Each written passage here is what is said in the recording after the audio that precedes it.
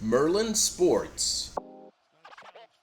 Hey everyone, it's Fenomena from Merlin Sports. Joining me once again is our resident NFL expert, DDawg. DDawg, how are you? Yep, I'm here, man. All right, and today's preview we move to the NFC North, which is a very interesting division.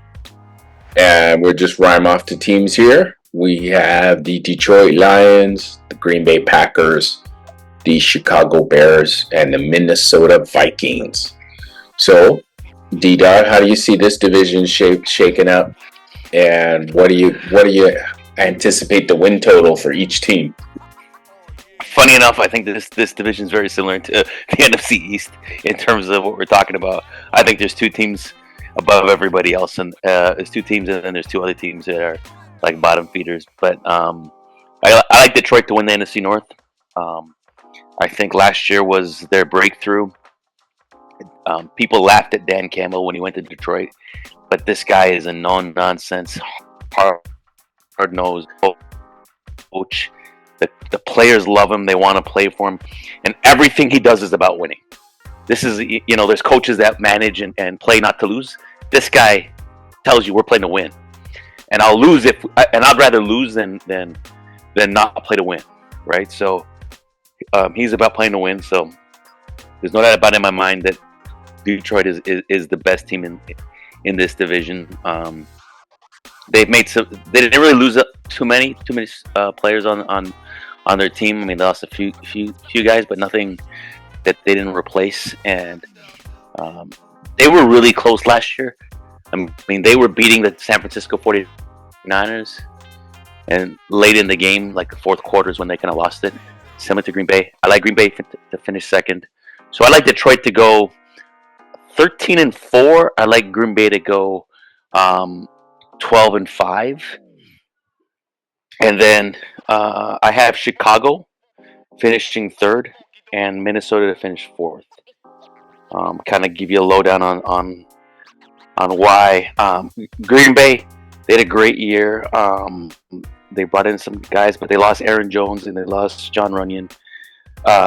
Jordan Love had a great year last year. He came into his own in the second half of the season. But now they have a full year's tape on him, so it's going to be a little different. It's going to be a little bit of a change in terms of battling it out. And the expectations are different because of how well they finished the season last year. They were the hottest team in football at the end of the year. So they're going to battle with Detroit, but I'm going to give the notch to Detroit. Then we'll talk about Chicago finishing third. They got Caleb Williams, the number one overall pick. They gave up Justin Fields. They got a couple guys from receivers that kind of give them some targets to throw to. But they're not in the same level as Detroit and Green Bay.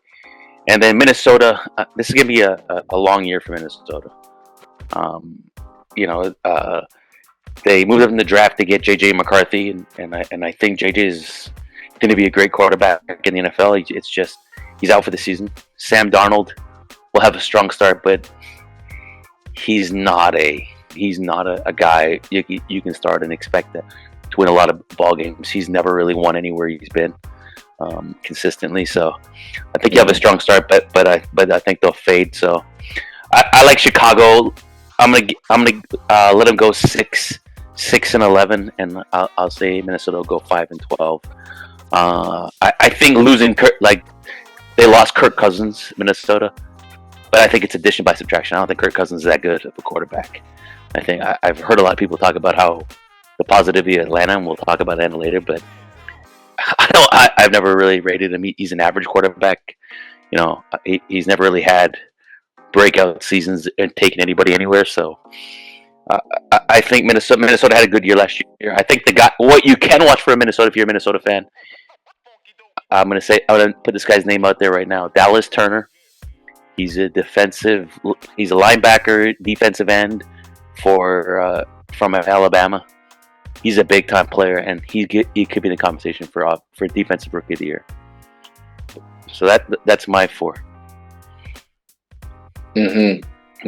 Well, we're actually have very very similar. I have I have Detroit, same thing. Detroit and Green Bay neck and neck all year, but I'll give Detroit the nod in topping the division with a 14-3 record.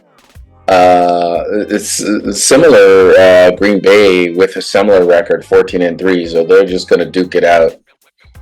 And I have Chicago in third with 7 wins. And then Minnesota bringing up the rear. I think Minnesota's going to be awful, and they're going to tank. I have them 2 wins all year, 2-15. They kind of have a tough schedule, so maybe I'll drill down on Minnesota because you kind of ended on them.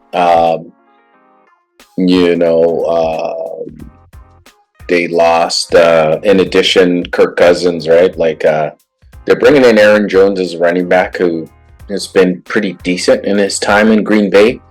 But Alexander Madison, pretty fast, speedy running back. He's out the door, as well as Cam Akers.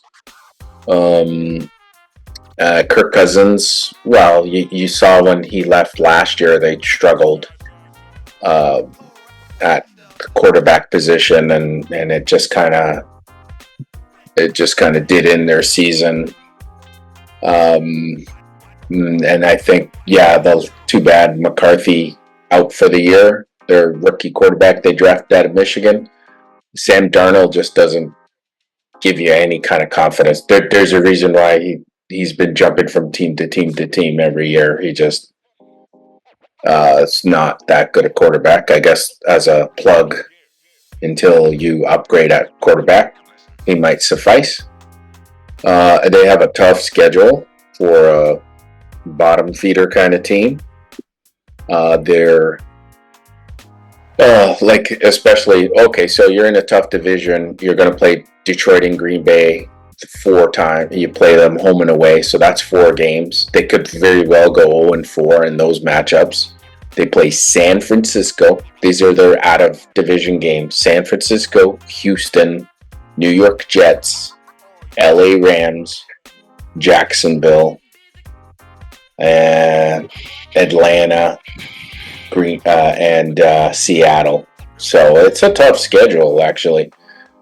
Chicago's is pretty tough too, but I just think that they will perform better. I think Caleb Williams, like what he's shown in preseason, is he's shown that he's capable. But of course, preseason is a different beast than regular season. When you play the game at full speed. So we will see, but I think there's more optimism with Chicago, especially the way they ended. DJ Moore is a heck of a wide receiver. He had a lot of chemistry with Justin Fields. Their defense was pretty good last year. So have Chicago well above Minnesota, and then Green Bay and Detroit. I kind of agree. Like Green Bay is kind of in the same boat as Houston, right? They weren't expected to be as successful as they were last year, so you're not going to catch anybody by surprise. Every team is going to be able to. You got tape on Jordan Love. You're going to, a lot of coaches are very smart in this league, so they have that much more time to scheme and prepare. But I still have them with a very successful season. And Detroit, I just think the continuity in Detroit, right? Dan Campbell strikes you as the type of coach like the guys will go to the wall for. And there ain't too many of those type of coaches in this league where those guys will do anything for you. But I think Ben Johnson as the offensive coordinator as well, returning, and he's been rumored to be a head coach candidate for the last 2 years, and he's stuck around. So they have a lot of continuity in Detroit, and like Dan Campbell. What you love about Dan Campbell can also be a negative. Like he seems to take too many chances sometimes, and even in the game against San Fran, if he played it a little more cautious, they had a very good chance to take that game.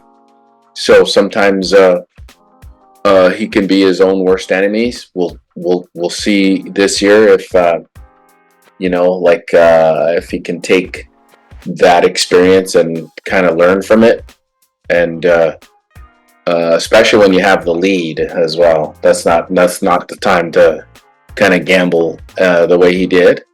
But anyways, that's what you love about him, and the players love him. And I just think the content, like I said, the continuity there on offense, on defense, the head coach, they went deep in the playoffs, so they got a taste, all that experience. So, and I think they drafted a couple of cornerbacks, their first two picks, so they improved their secondary. I just think, I give them the edge over Green Bay. Which coach do you think is on the hot seat or has the most pressure? Well, I mean, I would say that Matt LaFleur and Dan Campbell are probably safe. If something was to backfire in Green Bay, maybe Matt LaFleur outside his thing. I don't think there's a coach in the hot seat this year. I mean, Chicago's got a fairly new coach. They're going in a different direction now that they got rid of Justin Fields. They decided to go with Caleb Williams and Kevin O'Connell. Minnesota's doing the same thing. I mean, they're going in a different direction. So, I think if Kevin O'Connell felt that he was in the hot seat, he would have been more inclined not to not to allow that trade or let Kirk Cousins walk.